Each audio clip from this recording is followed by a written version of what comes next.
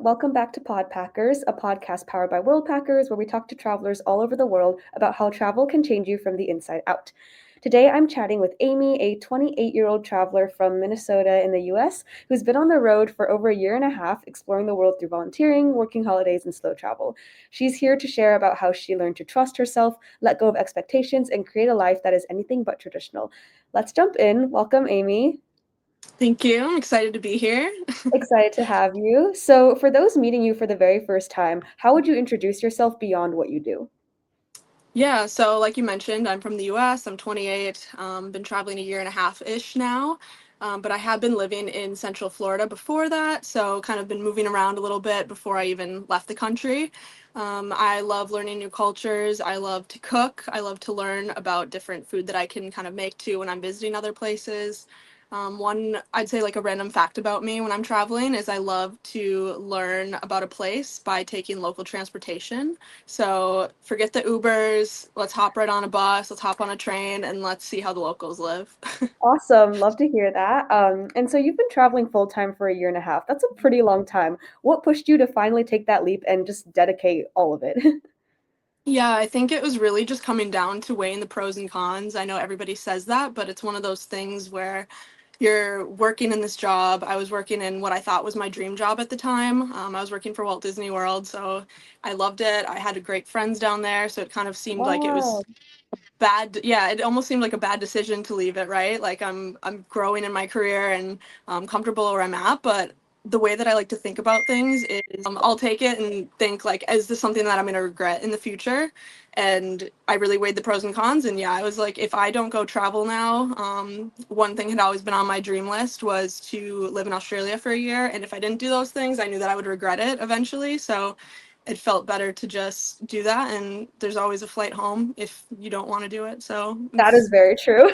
No one's mentioned that yet, but that's so true. You can always go home.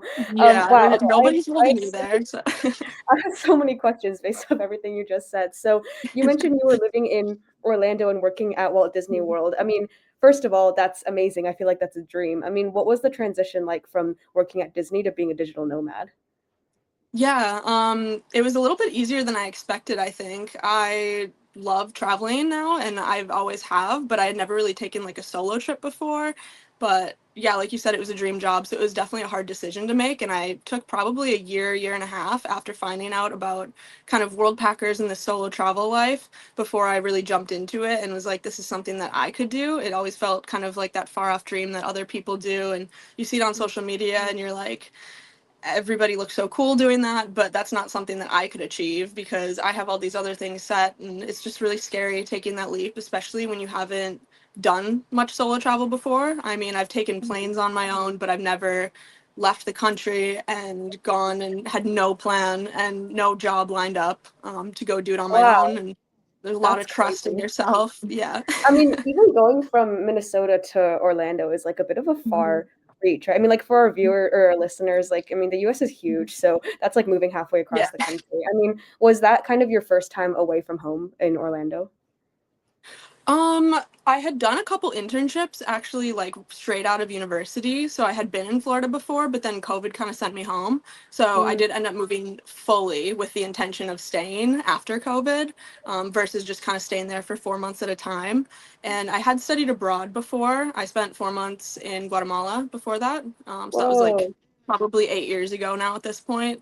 But I hadn't really said excuse me, I hadn't really spent a lot of extended time outside of the country. So, yeah, I would say that that was kind of the first time that I've really been away from home. And like you said, it's farther than you think. It's like a 3.5 hour flight just to get back home. So it's not a quick little hop in the car or hop on a train. You have to plan Yeah. to go visit family and friends back home still. Yeah, no, I totally get that. My boyfriend lives in Orlando, so I'm like on the Oh, constant grind nice. of finding flights, and like the US is huge. It's everything is so far.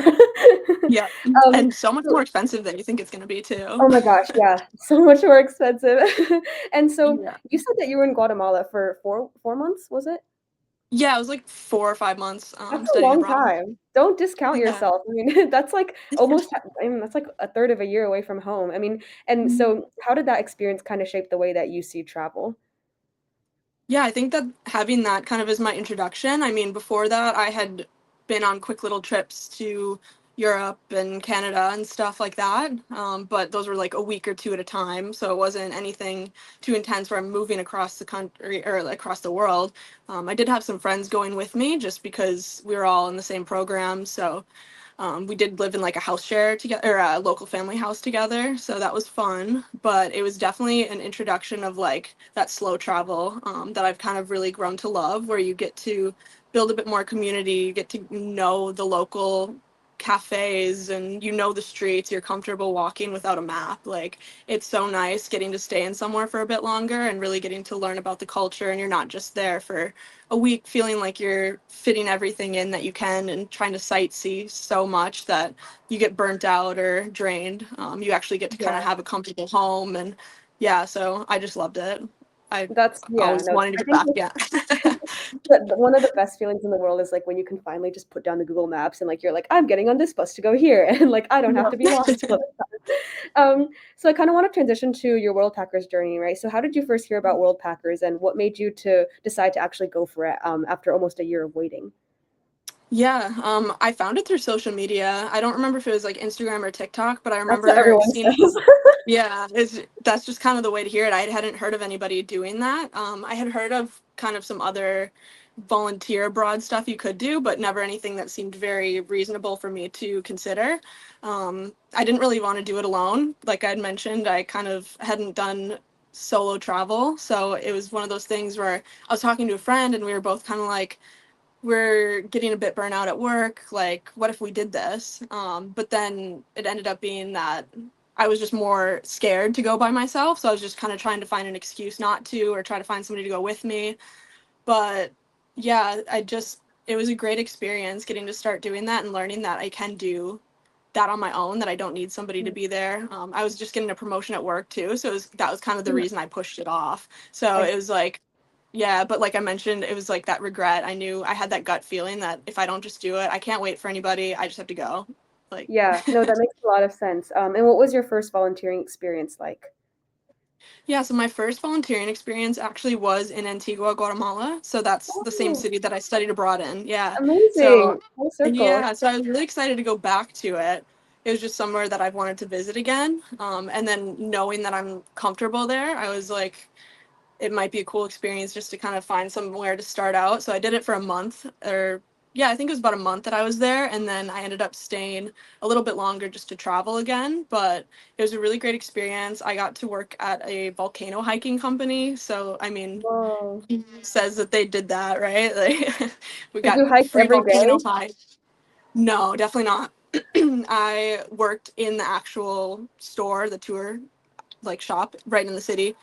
So I wasn't like a guide or anything. I'm not fit enough I for see. that. No, because I Yeah. went to Antigua with my friend and we like did the volcano thing, and I'm like, Yeah. wow, I admire people who do that for their job. Oh yeah, I could never. I got to do it like for free, like on time just volunteering there, but every day is so intense. So they're Yeah, awesome. for sure. And so you've mentioned the book Wild by Cheryl Strayed as a big Mhm. inspiration for your solo journey. And for people who aren't familiar with the book, I myself have never read it. I guess could you give us a rundown of what it's about and why does it resonate with you so much? Yeah, so the book is written by Cheryl Strayed. It's about her life story. So cool connection kind of that I found was basically I grew up going to this summer camp up in northern Minnesota. I worked there. It's a population of about 200 in the town, and by some crazy chance, this is the town that Cheryl Strayed like went to high school in. So I Mm. immediately had some like crazy connection there, and how I heard about her. And there's also a movie about it if you're like, I don't have time to read a book right now. It's with Reese Witherspoon. It's so good. But basically, she was just kind of going through a lot of life struggles and a lot of major events happening, very overwhelmed. And she decided to hike the PCT in California on her own. She had never done anything like crazy like that before. And I mean, it's hiking basically from Mexico to Canada, and it's Whoa. like months and months on end. So really just like getting to read about that and hear about somebody. She was 26 at the time and I was 26 when I was trying to decide if I was going to do this, so it felt very relatable to me. Just kind of being in that mid 20s of you're like, what am I doing with my life? Like there's all these expectations for you, job, career. All my friends kind of back home are Girl, getting don't married. even say it. Yeah. It's just like it's crazy and you kind of want to follow that path, but it's like if you feel like there's something you're going to regret, or like you need to just take that jump sometimes. And there's a quote in it that she says, "I'm a free spirit who never had balls to be free." And I feel like I really related to that, where it's like I have kind of always felt like this free spirit who does what I want. Like I move across the country, I do all these random internships and things like that, but I never really had the confidence to break from those expectations that society has on you. So it was just like really going through a self-discovery journey, and I feel like I related to her reading that book. So I would definitely recommend it if anybody's thinking about it. Oh my gosh, you that is like so inspiring. I'm also at a point in my life where I feel like I'm making a lot of decisions. So, I'm 21. I'm graduating college in like a semester. So after that, it's like the whole world is there, but also there's so many like traditional paths that are, quote unquote more stable. Um, Mm. I don't know. I don't know what she would say about that. Yeah. I mean, definitely like I would say think about the options that you have, and yeah, what you think you would regret if you don't do. Like if Yeah, you want no, to I'm travel, sensing a do big it. If theme you of not having regrets, so that's definitely something for everyone to think about. mm. And so you've learned to kind of trust that everything is going to work out. And so is there a specific moment along your travel journey where you had to remind yourself of that? Hmm. I think a lot of the travel journey has just been going places with not too much of a plan. Like I said, I did start out doing that work trade somewhere that I felt comfortable, so I did kind of have that plan set up. But then after that, it was like, now what should I do? I ended up going to Ireland after that, and then I ended up going to Hawaii and then to Australia. So I've just kind of been Oh jumping my all gosh, you're over. like jumping all Yeah. over. And I jumped to Vietnam in the middle there, and Oh, so I've kind of just been going all over, and I'm just kind of going with my gut, honestly. There's a lot of things you have to kind of come to terms with in your solo traveling. Things are going to go wrong, and life struggles still happen. Like there's still things that come up with maybe your health or your finances or like personal life that you have to still deal with. It's not like traveling just makes the problems go away. Um, if it was that simple, I think everybody would be traveling constantly if there were yeah. no problems. But yeah, No, going with my unfortunately, we're plan, all and human. yeah, like things are gonna come up, and you have time differences, and I feel like that's one of the hardest things that I've realized too is you can't really just talk to people back home whenever you want. You kind of have to plan it because we're 17 hours apart. Yeah. But yeah, just Wow. kind of come to You terms really with went to the it. farthest possible time zone. Yeah. Yeah, I definitely did. Opposite ends of the world. For sure. No, I get that. I mean, I was abroad all summer, and it wasn't as bad as your Mm. time difference, but I was in Uzbekistan, and the difference between Uh, there and home was like 9 hours. So it's like a constant cycle of just doing a lot of math. yeah, it's still opposite. You're like, wake up, like I want to talk right now, but Yeah. nobody is. It's like 2 in the Yeah. morning. So So on a I'm Monday. curious, like, how do you pick your next destination? I mean, Guatemala, Ireland, Hawaii, Australia, Vietnam, like they're not necessarily neighbors, right? Yeah, I don't know, honestly. It was just kind of I had always wanted to go to Ireland. Like I said, Guatemala was kind of the easy option for me just to kind of jump in comfortably. And then I was like, I want to go somewhere in Europe. And it was fall at the time. So it was nice weather still. So I found just looking through Worldpackers, kind of putting in filters of different things. And I found this great bed and breakfast. And I was like, I kind of want to just like be in a remote area right now. Like I want to be in nature. I want to be chill. And it was great. I mean, I didn't have to think about food. I didn't have to think about paying for accommodation. Everything was included, and it was a 2 minute walk to the beach, and there's bikes to use. It was just like a very relaxing month. And I kind of felt like I needed that just starting out. I was like, I'm a little burnt out still, even just from working full time, that I was ready to just Mhm. kind of transition and use that time to think what I wanted. And Hawaii came about just because I had a previous trip planned already. So my friend and I booked like months before I decided to quit my job down in Hawaii. We had just a vacation, and I was like, if I'm already flying there, I might as well stay longer. So I found a hostel that was hiring for work for accommodation. So worked reception there.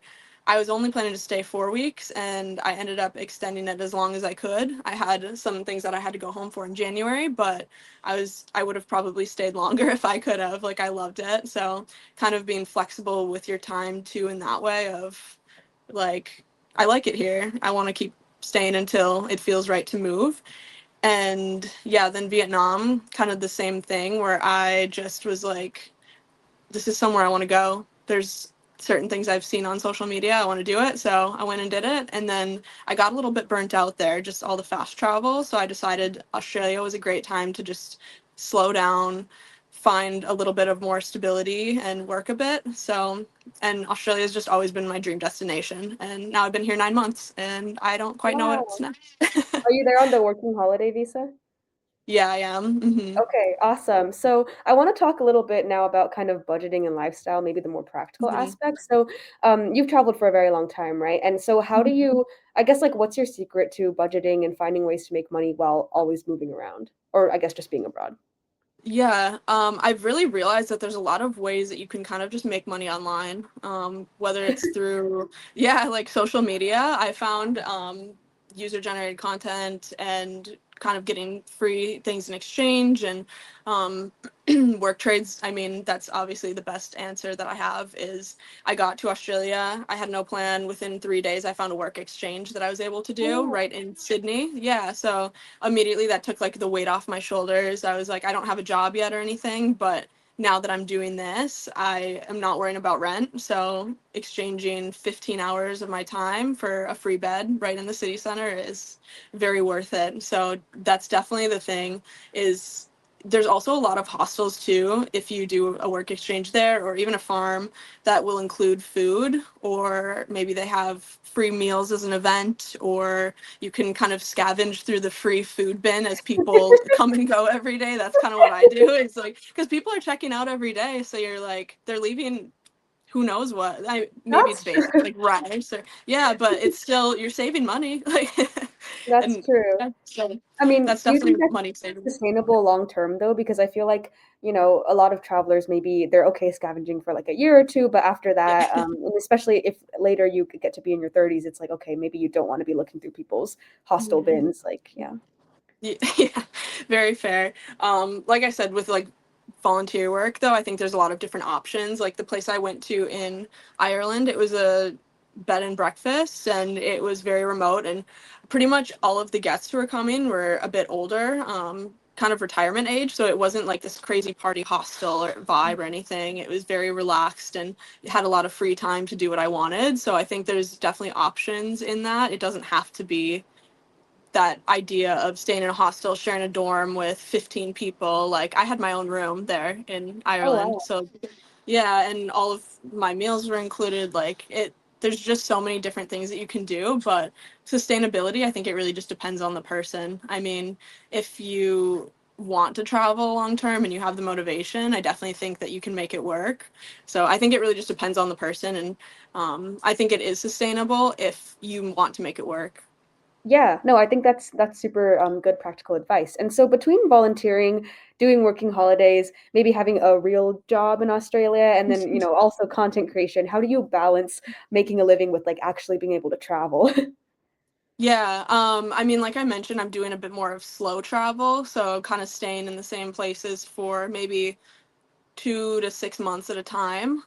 So it's still traveling because I'm still abroad and I can take little like weekend trips or things like that. And I'm really getting to know the cities, but it's definitely not always easy balancing everything, especially when you think of travel or vacation. You're like, oh, I have all my time is free. I can do whatever I want. I can go sip a pina colada by the pool. But when you are actually working and trying to explore a new city and make friends and build a community, then it all kind of you have to have a balance, I think. And I've really realized too with traveling that I need to have rest days, as hard as that is. Like I Yeah. want to see everything, I want to do everything. If it's sunny out, I feel guilty being inside, but it you also have to take rest for yourself. You have to treat it as a normal life for yourself when you are traveling such a long term. You can't just expect that every day is going to be the best day of your life and that you're experiencing something new and exciting every single day. Like the reality is it's still life and you might get sick, you might need a rest, like you might have to sacrifice doing a few things every now and then just to make sure that you're taking care of yourself still. No, for sure. Sometimes you need a vacation from your vacation, especially if it's a long one. Yeah. So, Amy, a lot of people want to live in places like Australia, Hawaii, or even Ireland, but I know that they're not necessarily the cheapest. So, what are some realities or lessons that you would share with someone who's considering that move? Yeah, I think they definitely are dream destinations, but the reality is kind of like going anywhere that things aren't gonna always be easy and there will still be hard times, like we kind of talked about before, like you're still human, you're still experiencing all the things that come about in life every now and then. And like you said, it can be expensive, but I think when you do set yourself up for success a bit with maybe cutting out things like rent by doing a work trade or finding somewhere that's more affordable, it's definitely making your options better. And not every day is going to be a vacation, that's for sure. But if you kind of work around ways of, like, I always try to cook more so than eating out just because it's more affordable. And I'm making those options of what kind of sacrifices do I want to make. Like, I'd rather spend my money on doing some fun excursion than I would on getting that fancy coffee. So I think it's just kind of weighing the pros and cons of every maybe decision that you make and just doing what you think is going to be best to keep you going really.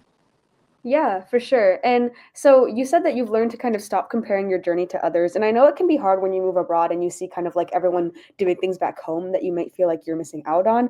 I mean, how did you learn to, I guess, ignore all the comparisons from other travelers or even friends back home? How did you shift your mindset? Yeah, it was definitely hard at first, just trying to make that decision of even leaving to quit my job because I knew so many people would kind of be like, what are you doing? Like, you have this great job, you're so like stable. But it was one of those things where it was like that was a decision that I had to make for myself and kind of have to work through, like, it's nobody else's experience but your own, and really it's not affecting them. Like, it's really what I want to do. So it's a lot of You're so internal right. work. Yeah, like, it you just kind of have to let people do their thing. I've come to realize, like, even living in Florida, people were coming and going just because the realities change or things change at home, and other people want to go do new things. So it's like you're kind of meeting people new a lot anyways. And yeah, it's a lot of internal work and just confronting kind of your past and realizing that you have to make decisions that you're not going to regret, that help you live more authentically. And you really can't, yeah, you can't control anybody else's. So just controlling your own reactions to things and what you want to do. And even when I first started out, I was not really doing too much on social media or anything. Like, my first probably 5 or 6 months, I was more just doing the experience and not really sharing it too much. And then come January this year, I was like, you know what? I don't really care what people think. If they're like judging maybe my follower count or judging the things I'm doing, it's like I'm living my authentic self and I'm enjoying what I'm doing. So if people want to be around, they will. Yeah, no, the real followers will stick around. Yeah, exactly. And people who actually are interested or maybe want to have a similar lifestyle, or like even building a community of friends and online or in person who are living similar shared experiences. It's a bonding thing, I think. For sure. And before I wrap up, I just want to know what's next for you. I mean, do you see yourself staying in Australia, traveling around more? What's up for next year? Yeah, I actually don't have a huge plan for next year. So That's I do fine know that I'm too. moving.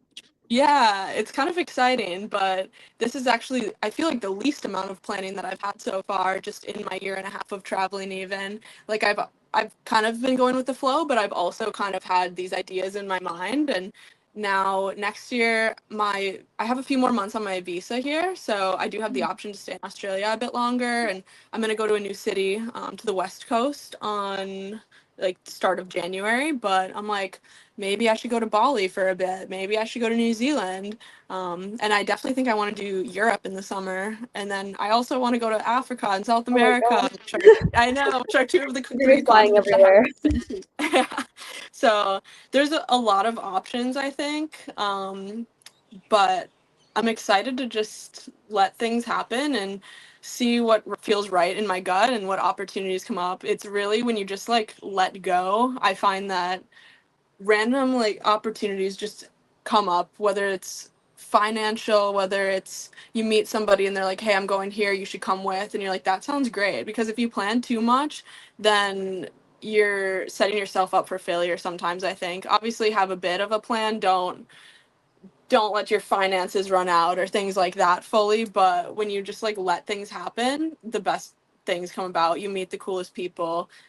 So yeah, stay tuned to find out, I guess. Awesome. No, I totally agree with everything you said. Amy, thank you so much for joining us and reminding us that trusting yourself is the key to creating a life that really feels true to you and nobody else. And for our listeners, if you love this episode, don't forget to follow Podpackers on Spotify and YouTube, and Worldpackers on Instagram and TikTok for more travel stories. You can always head to our website, worldpackers.com, to find volunteer opportunities around the world. And we'll see you all in the next one. Thanks so much, Amy. Yeah, thank you so much.